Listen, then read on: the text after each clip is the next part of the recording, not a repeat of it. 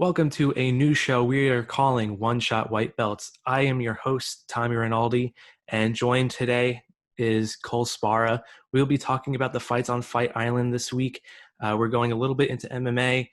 And first off, I want to say that, like in the title, we are white belts. We're not experts at this, but this is something that we love, and we've been watching for a long time. Cole, how you doing today? I'm fantastic, Tommy. How you doing? I'm great. I'm glad to have you on. This is something that we've been wanting to do for a long time. Uh, Absolutely. let's get right into it, and we'll go into the Apex fights that have been happening over the course of quarantine. With everything going on, UFC is one of the only sports that's still continuing to push forward with putting out content, putting out fights for everybody to watch. Uh, with the Apex fights, what have you been enjoying? Some fights, some knockouts? First things first with the Apex fights, I love the fact that one, I can hear the corners, and two, every time that shot lands to the chin or every time that shot lands to the body, you hear that crack or you hear that deep breath when they get hit in the liver and the rib cage. I love it. I think it's awesome. I wish they would mic up the octagon even when there is a crowd, because I love hearing that stuff so much. Obviously, not having a crowd kind of sucks. I like to hear, the fan reactions to big shots, big knockouts. But from my point of view, I love hearing a little bit more of the corner and a little bit more of the action. Knockouts-wise, Cody Garbrandt for one. Ducking his head down to the canvas, coming up with that right hand, putting a Sun Tzu out, who's not a guy who gets knocked out. How can we forget the Sugar Show arriving again, this time at the Apex? Eddie Wineland, another guy that doesn't get knocked out very often, and Sean just went out there and made it look easy. Those are two guys I'm sure we will see fighting each other at some point. But besides that, I've loved all the Apex fights. I think Dana's doing a great job of helping the people at home feel like everything's normal in this terrible time we're going through. Yeah, for sure. And I like what you said about having no crowd there. I think since day one of seeing these types of fights, it's been a refresher to see no crowd and to hear the corners, to hear everything happening within the octagon. And I agree that during the fights when pandemic is over, there should be more microphones. There should be more of a focus on what's happening in the octagon itself. Like you said, we've had some amazing knockouts. We've also had some great fights. Shane Burgos versus Josh Emmett. Josh Emmett. Thank you so much. That was an amazing fight. That is up there for fight of the year. We've had a lot of other really nice fights throughout this time. What are some fights that really stuck out to you other than the knockouts that you've mentioned? The biggest one for me and my personal fight of the year right now, Dustin Poirier and Dan Hooker going at it, technical kickboxing, 5 rounds, just an absolute bloodbath. Nobody lost that fight. That's one of those fights where both guys are a winner. Hooker should go on to still fight a top 6, top 7 guy. Obviously, Poirier's in a weird spot, lost to Khabib. He's not, in the Conor McGregor sweepstakes. So he's in a tough spot. But again, he's a guy that's right outside that title picture. One fight or even no fights. Even right now, if they gave him a title shot, I don't think anybody would be mad at it. Obviously, Gaethje and Khabib need to go at it. But Poirier is probably that next guy after that big win against Hooker. But to me, that's fight of the year right now. Burgos and Emmett's a close second. But Poirier and Hooker just beat the life out of each other for 25 minutes, and it was a beautiful performance by both guys. Yeah, I think that's a testament to Dana and Sean Shelby for putting on these fights that nonstop throughout this entire quarantine have been at the highest level. We've seen amazing knockouts. We've seen amazing fights. And coming up this weekend, we have another set of amazing fights. UFC 251 at Fight Island in Abu Dhabi. This is something that we've been waiting for years. During this time of the year, there's always the big fights because of fight week and everything like that, International Fight Week. And these next 4 weeks of fights, or 2 weeks of fights, they're definitely at the upper echelon like we expect at this time of the year. And it really starts with 251, and we'll get right into it.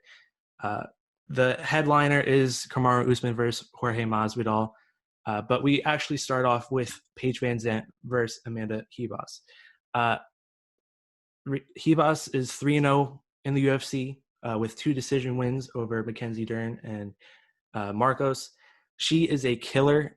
She's just starting off in the UFC, but I see her going very far into this division. She seems very excited. If you watch the UFC embeddeds, she's just happy to be here. She was talking about seeing Jose Aldo on movies and now standing next to him, and then getting to talk to uh, Jessica Andrade and standing next to her, having a conversation with her. And then we have Paige Van Zant, who is a superstar in her own right, despite what she's done in the UFC. She's coming off a really big win off of Rachel Ostovich. She broke her arm during that fight. Yeah. She's kind of been back and forth. She had a big win over Michelle Waterson, but her career has been somewhat lackluster to what Dana and I'm sure herself would feel to what she thinks she's able to do. What do you think this fight's going to transgress to? I got to be honest, I don't see Van Zant winning this fight. I think Ribas is young. I think she's hungry. And I think she's super talented. And I think Van Zant is running into a little bit of what I think Tyron Woodley's running into, where she's got too much going on outside the octagon. For me, this is a sport, unlike baseball, unlike basketball, where you have to be 1,000% in this to perform at 100%. And if you're not, that's when you see guys like Woodley go on skids, guys like Cowboy Cerrone go on skids, because there are other places.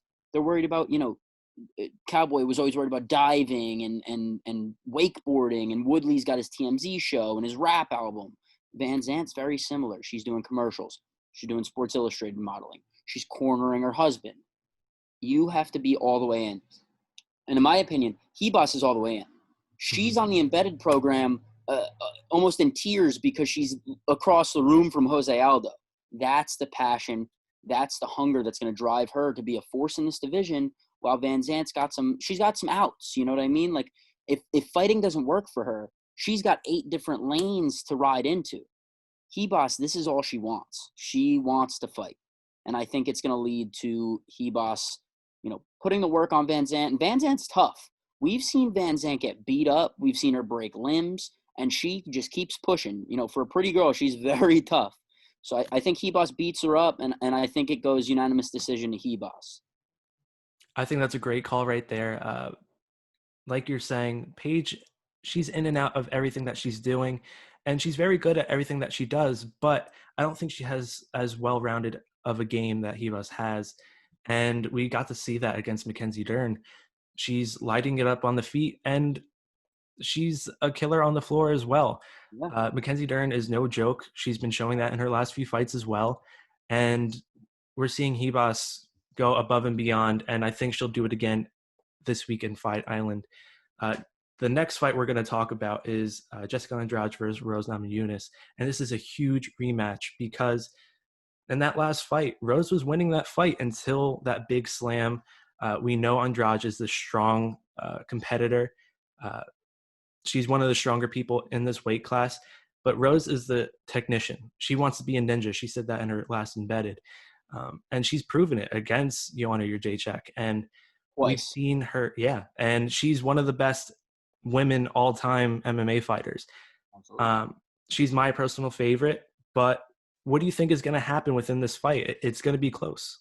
So let me say this. I think people tend to forget Jessica Andrade used to fight at 135. Not 125, where she dropped 10 pounds. This girl dropped 20 pounds to go into a weight class that was more made for her height and her build.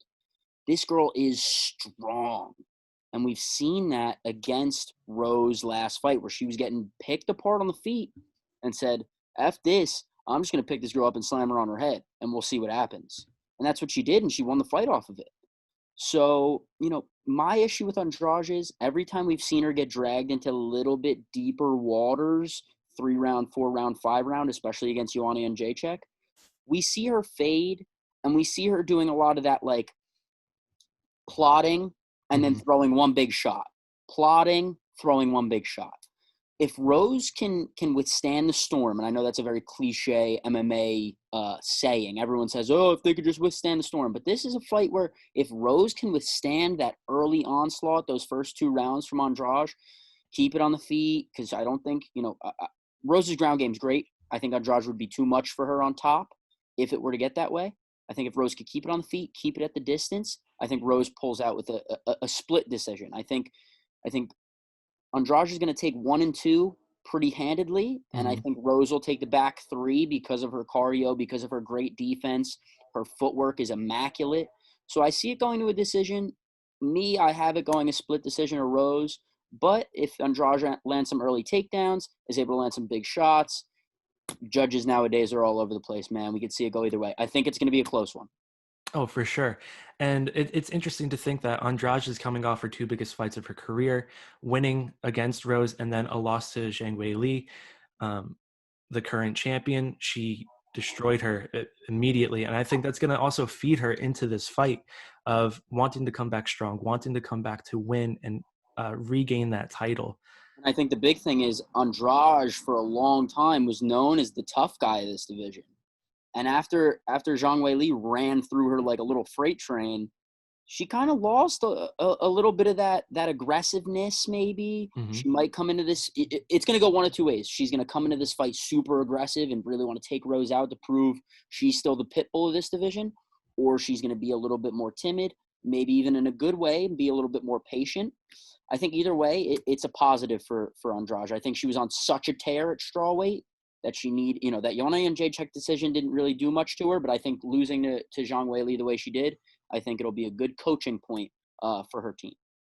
That's a good point you make there with Andrade of maybe dialing back will help. We saw that with someone like a Justin Gaethje, who Yeah. is this highlight reel, and then against Tony Ferguson, he slows it down. He's very technical. We get to see why he's one of the best in the world, and Jessica Andrade has the ability to do that as well.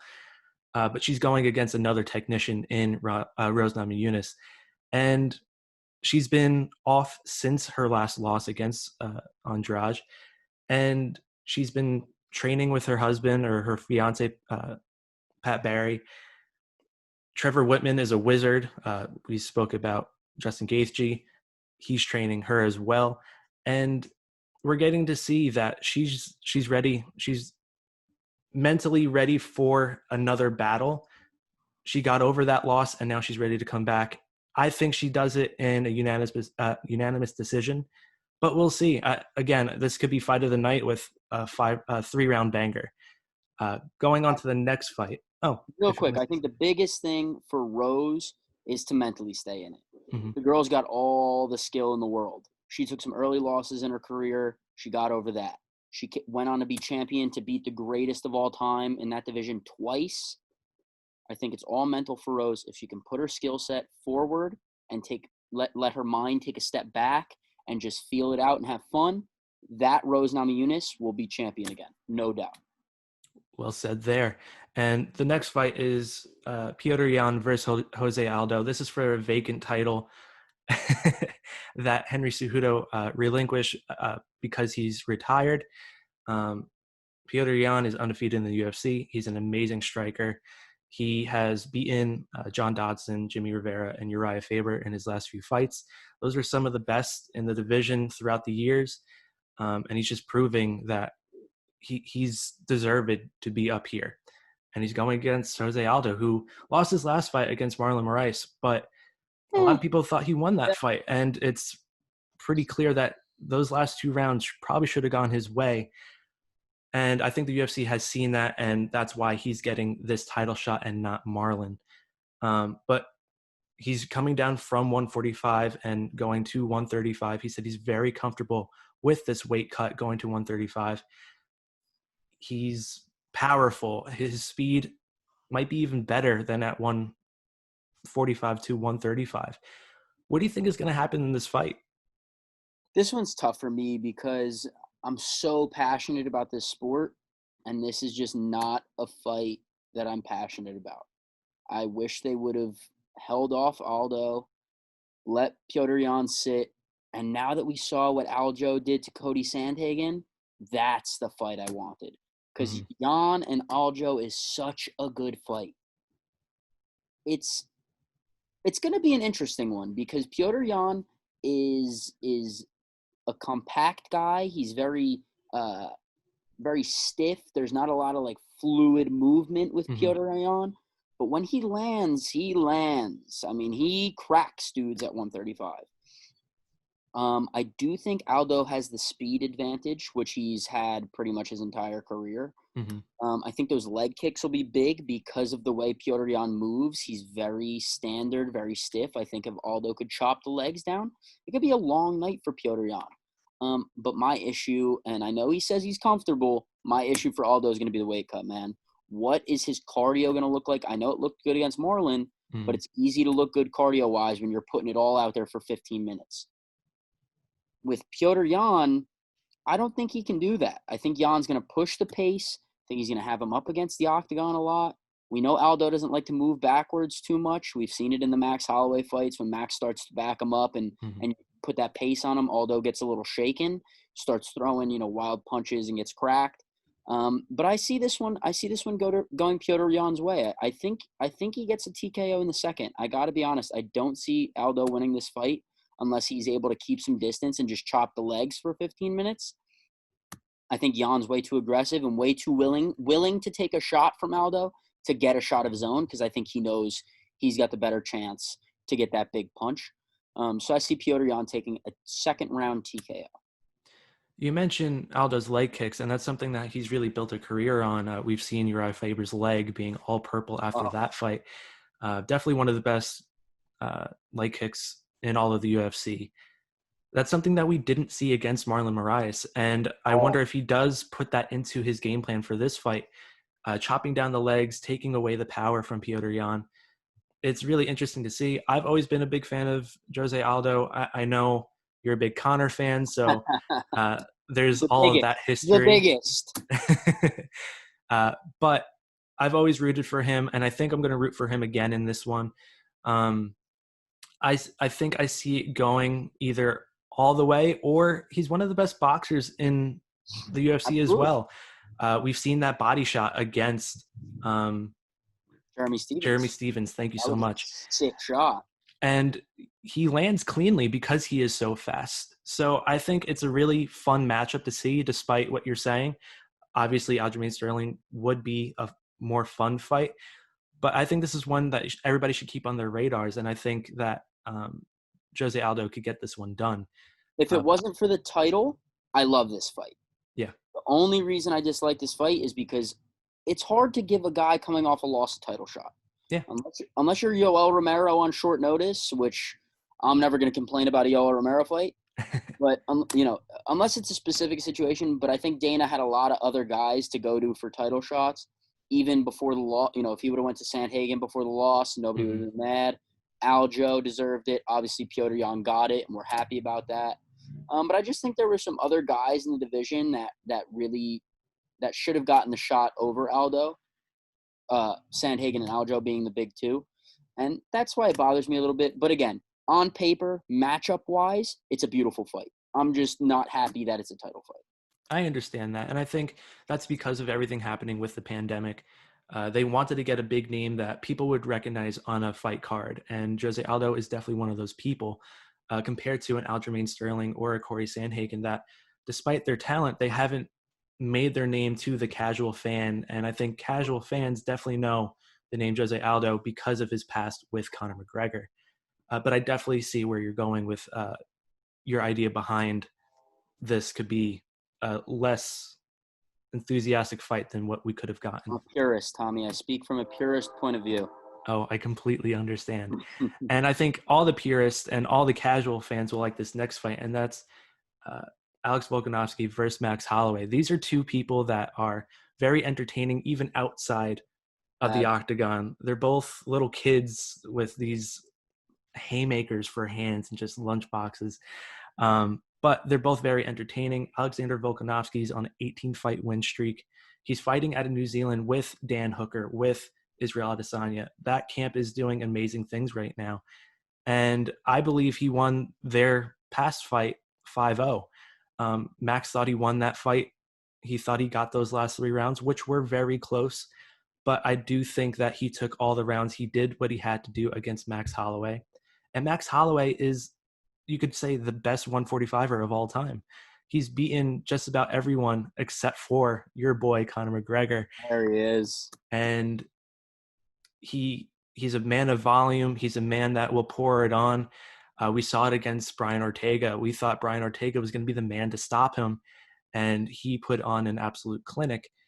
What do you think is going to happen with this fight? I think this could definitely be fight of the night, 5 rounds again, another war between these two. Let me say this first off. Huge shout out to Eugene Bierman, those guys over in New Zealand and Australia. I know they travel back and forth. Izzy, Volkanovski, Hooker, Kai Kara France. They've got some great guys coming out of that camp. Eugene Bierman has taken a lot of these guys from 0-0 to champions. You know what I mean? It's not like he's jumping on bandwagons here. So huge shout out to those guys. With that being said, Volkanovski's kickboxing looked ridiculous in the last fight.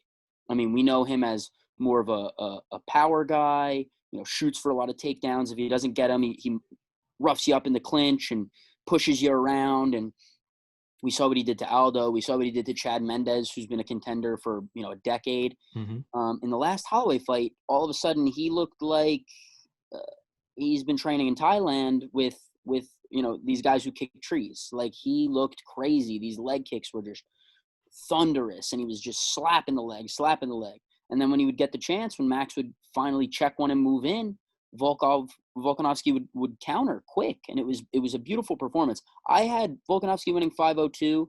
Obviously, Holloway's got a championship mindset, so obviously no matter what, he wants to be the winner. He thinks he won, and I respect that. That's why he got to where he is now.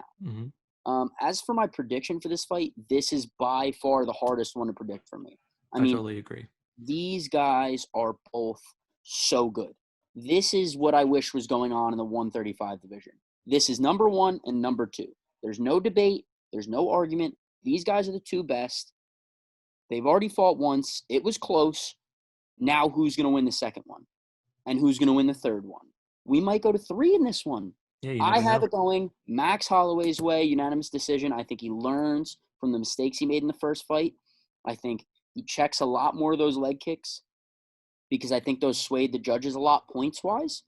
I think Holloway's going to work the body kick a little bit more because Volkanovski is a shorter fighter.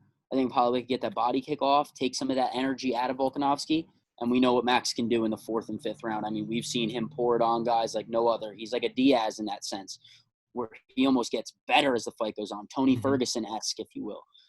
So I think Volkanovski does a similar game plan for the first 2, but I think Holloway takes over and handedly wins the unanimous decision, gets his title back, and we're on to 3 in Australia when all of coronavirus is over.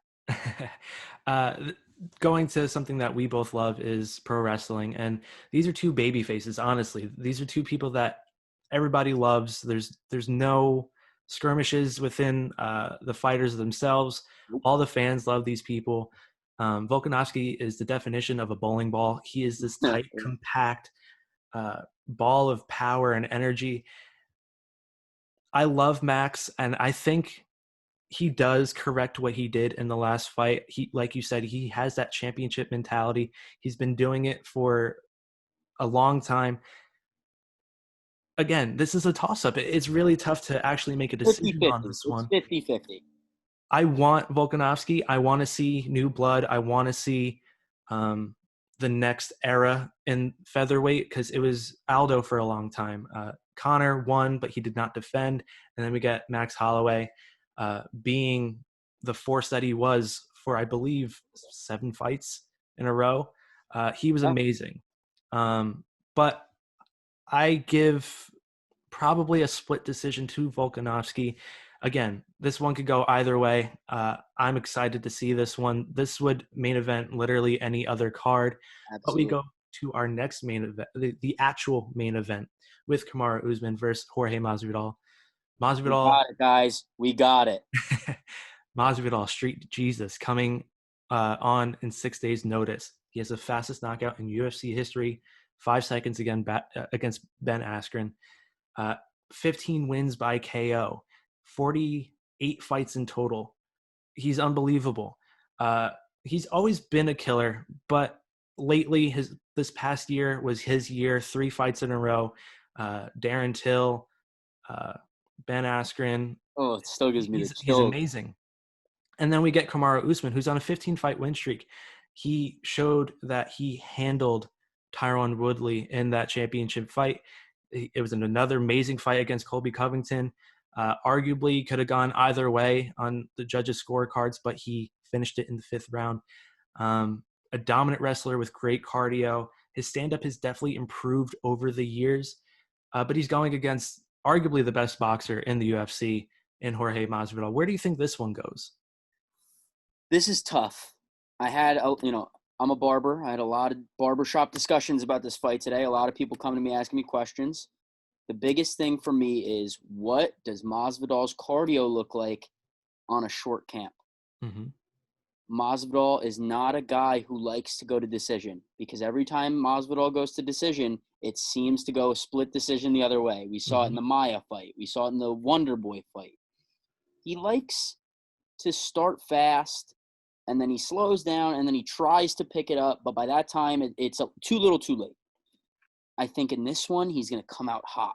And I don't mean Ben Askren hot. I mean more like the Nate Diaz fight hot, where he's just going to start cracking and hope he can get out of there quick. But again, short fight camp, with all the Corona stuff going on, how much was he able to train? How much was he able to spar? What does his cardio look like? We know what Usman's cardio looks like. I mean, for sure. if he didn't finish Covington in the 5th, he probably would have asked Dana for another 5 rounds. I mean, that guy is insane. He can go all day.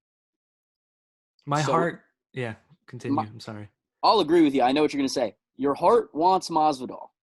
Your head says Usman. I'm in the same boat, man. I think it goes one of 2 ways. We either get Masvidal, Street Jesus, he baptizes him early, he grabs the belt, calls out Conor, it's a crazy celebration. There's just money signs floating over Dana White's head sitting in Abu Dhabi. He's buying a Lambo. Who knows what happens if Masvidal wins? The world's going to explode. But my head says Usman drags him into deep water.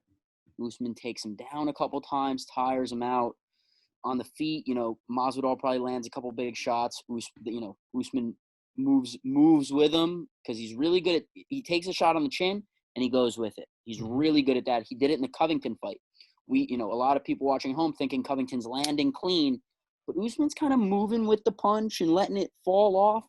If he can do that with George and drag him into that 3rd, 4th, 5th round, I think those later rounds go similarly to what we saw in the Covington fight, where Usman's just putting on the pressure, applying a pace that not a lot of people could come up with that can match.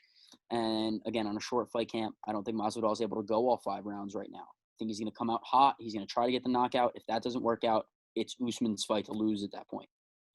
My heart picks Masvidal round 1, big right hand to a high kick, something cool as shit.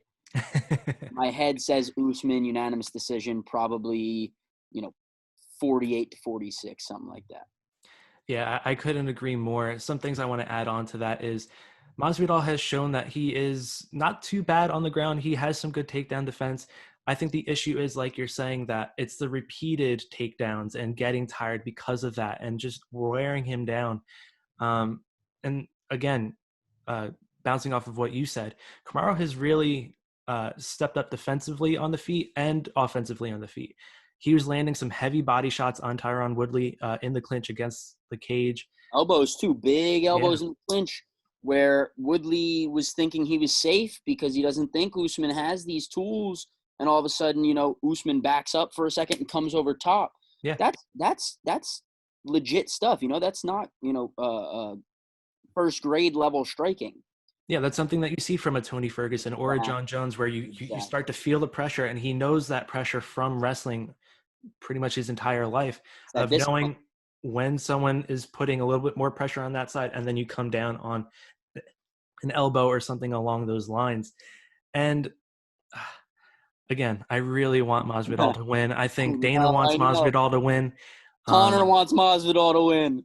This is where all the storylines want this to go, but this isn't the WWE. This is the UFC. We don't get storylines. Sometimes Nate Diaz chokes out Conor in the second. Yeah, but I think this is one of the moments where Usman does prove what he's capable of doing. He was supposed to fight Gilbert Burns, who was a training partner, who was a good friend. And now we get to see the bad blood finally come to pass between these two people. And I think he's ready. I don't think, despite there being a change of game plan with Gilbert Burns being good on the feet, but very dominant on the ground. And then you One have of the best. Masvidal, One of the best. very dominant on the ground, on the feet, but not as much on the ground. So I think he's going to get to implement his wrestling. I think he's going to get to implement all his defensive techniques to make sure he wins this no matter what. I don't think he's going to go in emotional despite not liking him. I think he's going to keep himself calm. I think he's going to push his own agenda forward, and that's the only way he's going to get that win. If he starts fighting angry, if he starts fighting emotional, I'm sure Masvidal is going to talk trash in the fight, especially early on if he's doing really well. But like you said, later in the fight, he's going to wear him down. He's going to put that pace on him, and we'll get to see maybe Usman talking trash to him like we saw with Khabib versus Conor. This really rolls out the entire card, starts off Fight Island. Any final thoughts before we end this about this entire card, about a certain fight? I think a quick talking point that I just want to bring up is Usman is no longer with Henry Hooft. That was his striking coach for a long time. I hope he's been able to continue working some striking stuff with whoever he's out there training with right now. I heard different rumors about different camps he was working with and different coaches he was working with. Nothing was set in stone, it didn't seem like. I just hope wherever he's at, they're going to continue to continue to build off the foundation that Henry Hooft set up, because it was money. They took that kid from nothing but a wrestler. I don't know if you remember the Emil Meek fight, 30% quote. For sure. But, Usman, I don't even think threw a punch on the feet. I mean, he took him down, beat him up. The next round started, he took him down and beat him up. He didn't want to strike. Fast forward years, now we're in the Colby Covington fight. I mean, he looks like he's been boxing for forever. He looked great. I mean, is he a Dustin Poirier level boxer? Absolutely not. But he looked good on the feet, and I love to see improvement in fighters, especially fighters of his caliber. And I just hope whoever's training with him now is keeping the foundation that Henry Hooft built. But Street Jesus is going to test those striking skills real quick. I can't wait for Fight Island, especially UFC 251. Obviously, I'm so excited for this card. Coronavirus sucks. I hate it. Silver lining, we got Masvidal, Usman. So, I'm looking forward to this card big time. Yeah, for sure. And this is the first of 4 videos that we're going to do, and the first of 4 fights that are going to happen within Fight Island. Cole, I want to thank you so much for being an analyst on today's show, and you're going to be returning for the rest of the shows when we talk about MMA. Thank you guys for watching. Please like and subscribe to this. We're going to be doing this as much as possible with MMA and in the future with other sports as well. So please continue to watch, and thank you for watching. Thanks, guys. Everybody have a good one.